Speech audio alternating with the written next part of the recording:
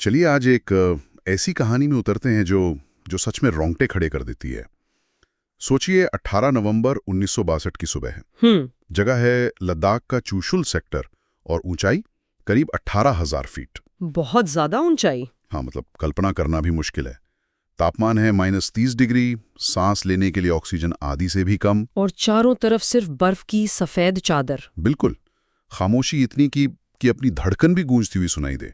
और इसी खामोशी को तोड़ने के लिए एक तरफ हैं चीन के लगभग 5,000 सैनिक, जिनके पास मशीन गन, मोर्टार, मतलब भारी तोपखाना है। और दूसरी तरफ हैं 13 कुमाऊं रेजिमेंट की चार्ली कंपनी के सिर्फ 120 भारतीय जवान। सिर्फ 120? 120 जवान 5,000 सैनिकों के सामने। मतलब सैन्य रणनीति के हिसाब से देखें तो ये कोई लड़ाई ही नहीं है। सही कहा। ये तो एक तरह से मौत का फरमान था। तो क्या उस वक्त हाई कमांड की सोच यही थी कि ये एक सैक्रिफिशियल, मतलब एक बलिदानी मिशन है जिसका मकसद बस दुश्मन को कुछ देर उलझाए रखना था? देखिए, ये एक बहुत ही अच्छा सवाल है और सच कहूं तो यही इस पूरी लड़ाई का सार भी है। हमारे पास जो स्रोत है वो साफ साफ बताते हैं कि पूरी तरह से एक होल्डिंग एक्शन था। होल्डिंग एक्शन मतलब दुश्मन को बस रोके रखना, उन्हें धीमा करना, ताकि चुशुल एयरफील्ड को बचाने के लिए थोड़ा वक्त मिल सके। अच्छा, वो एयरफील्ड जो उस वक्त लाइफलाइन थी? बिल्कुल, वो लद्दाख में रसद और सैनिकों के लिए सबसे जरूरी थी। कमांड को ये पता था कि रेजांगला की चौकी को बचाना लगभग नामुमकिन है। लेकिन वो जितनी देर लड़ेंगे, वो जितनी देर लड़ेंगे, हर एक घंटा, हर एक मिनट भारत के लिए सामरिक रूप से बेशकीमती होगा। तो हाँ, एक तरह से ये बलिदानी मिशन था, लेकिन इसके पीछे एक बहुत बड़ी सामरिक वजह थी। तो चलिए इस कहानी को परत दर परत खोलते हैं। सबसे पहले उस रणभूमि को समझते हैं, रेजांगला को। जी। 18,000 फीट की ऊंचाई, ये एक ऐसी जगह है जहां दुश्मन से लड़ना तो छोड़िए, ठीक से खड़ा रहना भी एक चुनौती है। बिल्कुल, हवा इतनी पतली के हर सांस के लिए मेहनत करनी पड़ती है। और इन्हीं हालातों में तैनात थी मेजर शैतान सिंह के नेतृत्व वाली सी कंपनी। हमारे स्रोत में एक पंक्ति है जो मुझे बहुत बहुत पसंद है। बताइए। भारत माँ के 120 लाल असंभव को संभव करने जा रहे थे। वाह। ये सिर्फ सैनिक नहीं थे, ये वो बेटे थे जिन्होंने उस बर्फीली चोटी को अपनी मां मान लिया था और उसकी रक्षा का प्रण लिया था। हाँ, बिल्कुल। और इस जगह के सामरिक महत्व को भी समझना बहुत जरूरी है। रेजांगला असल में एक दर्रा है, एक पास, जो चुशुल घाटी की तरफ जाने वाले रास्ते पर कह सकते हैं एक पहरेदार की तरह है। अच्छा।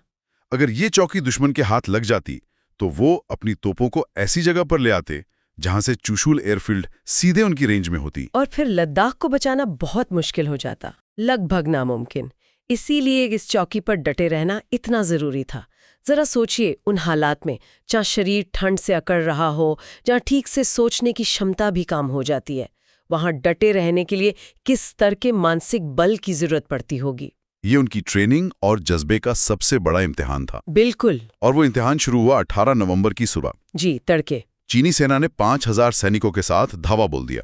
उनके पास भारी तादाद में मोर्टार और मशीन गन थी, जो दूर से ही बंकरों पर आग बरसा सकती थीं। और हमारे 120 जवानों के पास उनकी पुरानी 303 बोल्ट एक्शन राइफलें और उनका साहस। हथियारों में जमीन आसमान का फर्क था। हाँ, ये तो शुरू होने से पहले ही हारी हुई लड़ाई लगती है। हमारे स्रोत में एक पंक्ति है, वो कहती है, सिर्फ वज्र जैसी हिम्मत और मिट्टी से किया हुआ प्रण। तो सवाल ये उठता है कि जब हथियारों का कोई मुकाबला ही नहीं था, तो भारतीय सैनिकों की रणनीति क्या थी?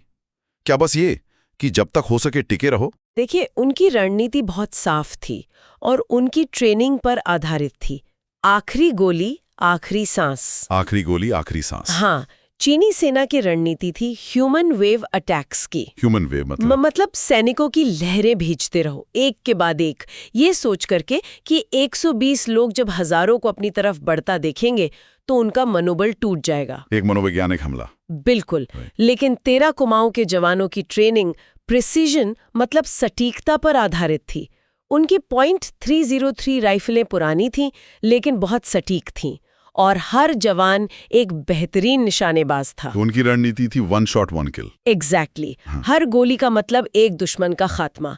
वे जानते थे कि गोलियां बर्बाद नहीं कर सकते, इसलिए उन्होंने दुश्मन को अपनी रेंज में आने का इंतजार किया। धैर्य का खेल था ये तो। धैर्य और अनुशासन का। और इस रणनीति का असर तो लड़ाई की शुरुआत में दिख गया होगा। बिल्कुल। जैसे ही चीनी सैनिकों की पहली लहर चीखते चिल्लाते आगे बढ़ी, भारतीय जवानों ने एक भी गोली नहीं चलाई। इंतजार किया। हाँ, जब तक वो बिल्कुल निशाने पर नहीं आ गए। और फिर जब मेजर शैतान सिंह का आदेश गूंजा तो 120 राइफलें एक साथ गरजी। और उसका नतीजा? नजारा देखने वाले बताते हैं कि चीनी सैनिकों की पहली लहर जहां की तहां ढेर हो गई। ये तो चीनी सेना के लिए एक बहुत बड़ा झटका रहा होगा। बहुत बड़ा। मनोवैज्ञानिक रूप से भी उनकी पूरी रणनीति संख्या बल पर थी। जब पहली लहर, जिसमें सैकड़ों सैनिक थे, कुछ ही मिनटों में नाकाम हो गई, तो उनके कमांडरों को भी समझ आ गया होगा कि ये लड़ाई उनकी उम्मीद से कहीं ज्यादा मुश्किल होने वाली है। उन्हें लगा होगा कि सुबह की चाय तक चौकी पर कब्जा कर लेंगे। बिल्कुल। लेकिन यहाँ तो उन्हें इंच इंच के लिए लड़ना पड़ रहा था। इसीलिए उन्होंने दूसरी लहर भेजी, और भी ज्यादा ताकत और मोटार फायर के साथ। और दूसरी लहर का क्या हुआ? उसे भी उसी हश्र का सामना करना पड़ा। मतलब उसे भी नाकाम कर दिया? पूरी तरह से। भारतीय जवान अपने बंकरों में ऐसे जमे हुए थे मानो वो पहाड़ का ही हिस्सा हो। उन्होंने दूसरी लहर को भी तहस नहस कर दिया। लेकिन फिर आई तीसरी लहर।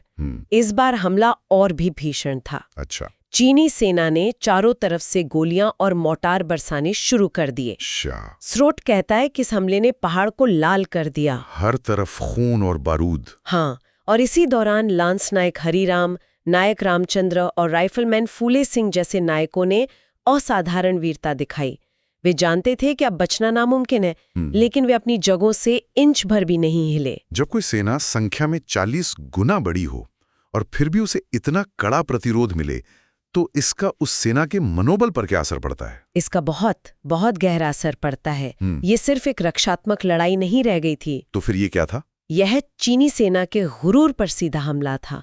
उनके सैनिक हैरान थे, शायद डरे हुए भी थे कि इतनी कम संख्या में सैनिक इतनी बहादुरी से कैसे लड़ सकते हैं। सैन्य शब्दावली में इसे फोर्स मल्टीप्लायर कहते हैं, जहां आपका जज्बा आपकी संख्या की कमी को पूरा कर देता है। वो सिर्फ अपनी चौकी नहीं, देश का सम्मान बचा रहे थे। और ये भावना किसी भी हथियार से ज्यादा ताकतवर साबित हो रही थी। और इस जज्बे की मशाल को सबसे आगे लेकर चल रहे थे company commander major Shaitan Singh ji. जब उन्होंने देखा कि उनके मोर्चे एक एक कर तबाह हो रहे हैं, जवान घायल हो रहे हैं, तो वो खुद गोलियों की बौछार के बीच एक बंकर से दूसरे बंकर तक भागते रहे। वो न सिर्फ जवानों तक हथियार और गोला बारूद पहुंचा रहे थे, बल्कि उनकी पीठ थपथपा कर कह रहे थे, शाबाश, डटे रहो, हम पीछे नहीं हटेंगे। एक कमांडर का खुद को इस तरह गोलियों के बीच झोंक देना, ये बहुत असाधारण बात है। क्या ये उस पल की हताशा को दिखाता है या कुछ और? नहीं, ये हताशा नहीं, ये प्रेरणा का शिखर है।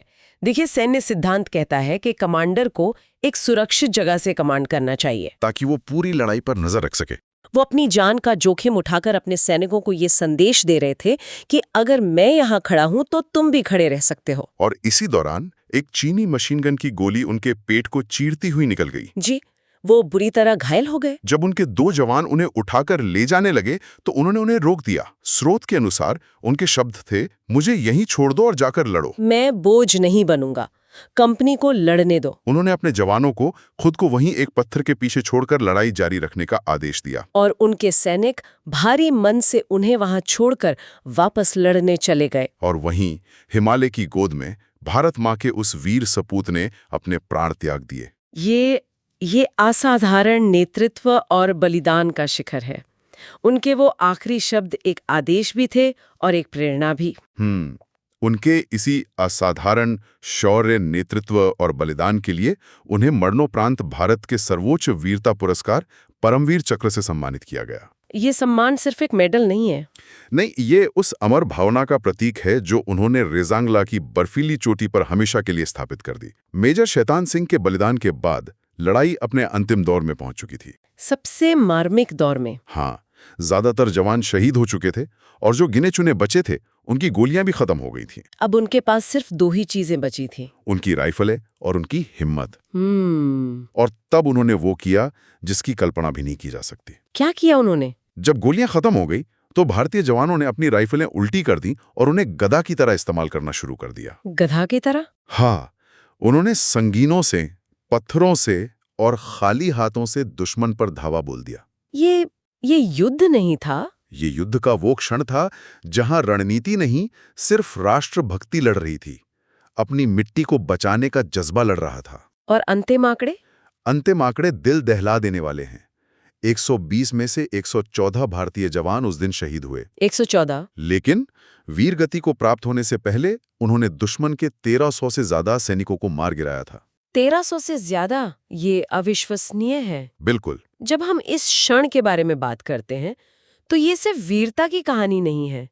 ये दिखाता है कि जब सब कुछ छीन लिया जाए तब भी इंसान की इच्छा शक्ति उससे नहीं छीनी जा सकती। और कहानियां खत्म नहीं होती। नहीं। इस लड़ाई का सबसे अविश्वसनीय अध्याय 3 महीने बाद लिखा गया। 3 महीने बाद? हाँ, भारी बर्फबारी के कारण वो इलाका दुनिया से कट गया था। हाँ। फरवरी 1963 में जब रेड क्रॉस और भारतीय सेना की एक टुकड़ी वहां पहुंची तो उन्होंने जो देखा उसने पूरी दुनिया को हैरान कर दिया। क्या देखा उन्होंने? 114 वीरों के शव बर्फ में जमे हुए थे।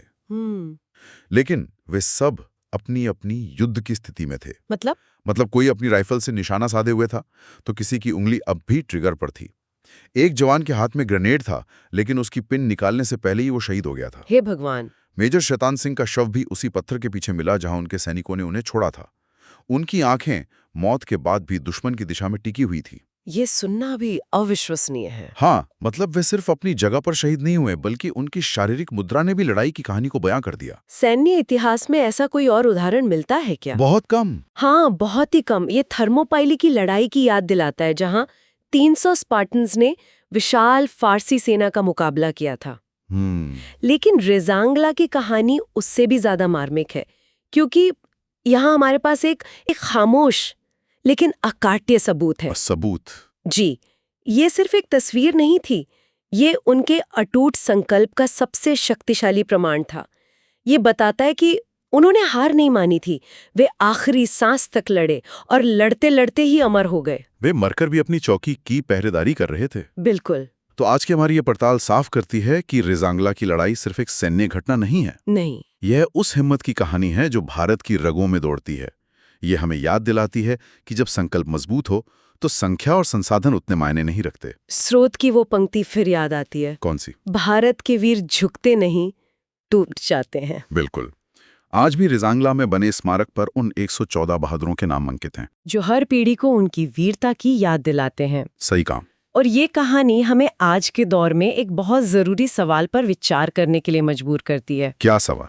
रेजांगला हमें बताती है कि इंसान का जज्बा संख्या और तकनीक जैसी सीमाओं को पार कर सकता है, लेकिन आज जब युद्ध के तरीके पूरी तरह बदल चुके हैं, हम ड्रोन, आर्टिफिशियल इंटेलिजेंस और साइबर वॉरफेयर के युग में जी रहे हैं। बिल्कुल। ऐसे में ये सवाल उठना लाजमी है कि क्या एक अकेले सैनिक के व्यक्तिगत शौर्य और बलिदान का आज भी उतना ही महत्व है? ये एक बहुत ही विचारणीय प्रश्न है। हाँ, और रेजांगला की कहानी शायद इसका जवाब भी देती है। कैसे? ये हमें याद दिलाती है कि युद्ध चाहे कितना भी तकनीकी हो जाए, अंत में उसे जमीन पर एक इंसान ही लड़ता है। तकनीक को हैक किया जा सकता है, मशीनों को नष्ट किया जा सकता है, लेकिन अपनी मातृभूमि की रक्षा करने वाले सैनिक के दिल में जल रही आग को बुझाना लगभग नामुमकिन है। तो रेजांगला का सबक आज भी प्रासंगिक है। हमेशा रहेगा। इसका सबक यही है कि हथियार बदल सकते हैं, रणनीतियां बदल सकती हैं, लेकिन इंसान की हिम्मत और बलिदान का जज्बा हमेशा किसी भी सेना का सबसे बड़ा और सबसे निर्णायक हथियार रहेगा।